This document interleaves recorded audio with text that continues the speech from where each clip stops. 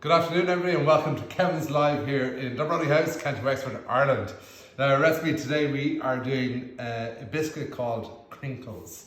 And this is not Julian's recipe, and it's not mine, it's Julian's mum's recipe, so thank you very much. And we are going to do from Nantes in France, so it's a nice one. Delicious biscuits, by the way, absolutely delicious. So Julian's rolling his eyes back there, so... Here we go.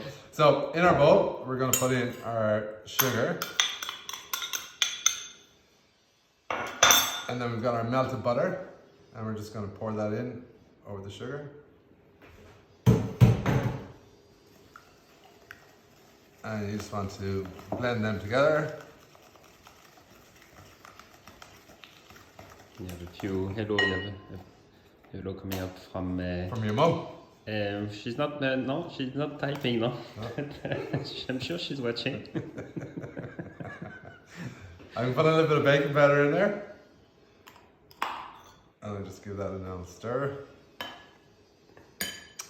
We have a lemon zest, so that's what makes these biscuits really nice, is that the zest of the lemon through the biscuit, so you get this lovely kind of citrus flavour through the lovely crisp biscuit.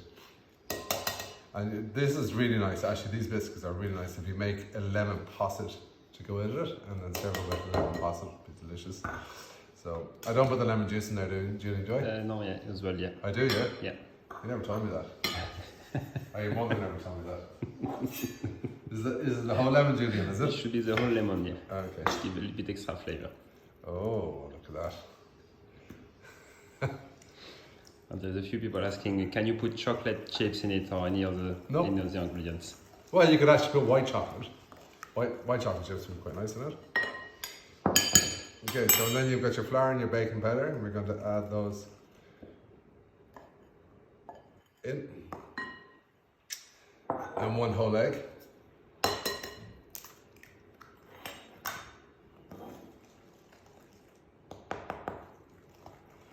And just mix those up, and it will come into a ball in the center of the bowl. And so just slowly, because you don't want the flour to go everywhere, and then you can get a little bit more aggressive with it. Look at that, it's coming together there now. Terena is asking, can you do this in a machine? No, you don't. It's done already. Imagine like taking the machine out of the press, cleaning it, when you can just do it with a little spoon and a bowl. Look, it's done. Now, what I want you to do is I want you to leave that rest in the fridge for about 10 minutes before you roll it in a bowl, right? It's a ball. So we have it here. So I've got a dish here, and I've put some icing sugar in the dish, and you basically just want to roll it in the icing sugar. So they're like a small little bread roll. Okay, you get your baking sheet with the parchment paper on top, boom, like that. Can you roll them in cocoa powder? Yeah, but not really with lemon though, Julian. No, you could have answered that question yourself. Can you put cocoa powder in the flour? Yeah, probably, yeah, that could be nice. Not with lemon though.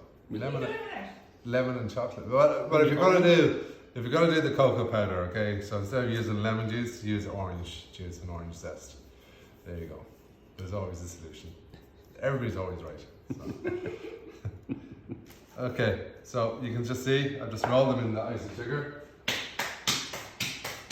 Let's go into the oven at 160 degrees. That seems quite low, is that right? 160, 180, yeah. What do you want? 160 or 180, Julian? 180 is best. 180 for how long, Julian? 15 minutes. 15 minutes. 180 for 15 minutes. So in they go. And here we go. Here we have these. Oh, beautiful. So I'm going to have a cup of tea with these, Julian, or something.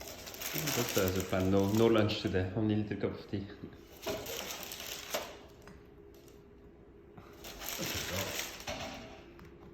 Beautiful cookies. And if you want to store them, put them in an airtight container, and they'll store up for a week. But they're delicious, absolutely delicious. Enjoy them.